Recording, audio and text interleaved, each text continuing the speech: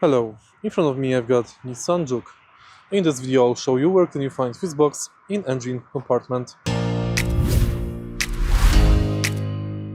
To find fuse box in the compartment, take a look under the hood and right side,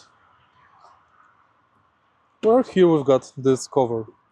To unlock it we have to twist 3 knobs and now we can lift it up.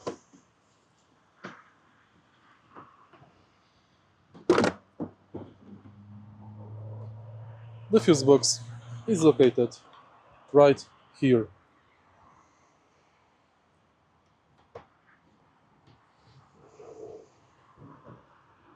To unlock it, we have to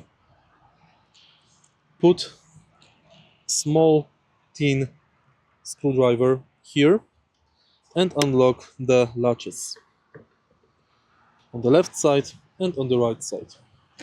And that's basically it.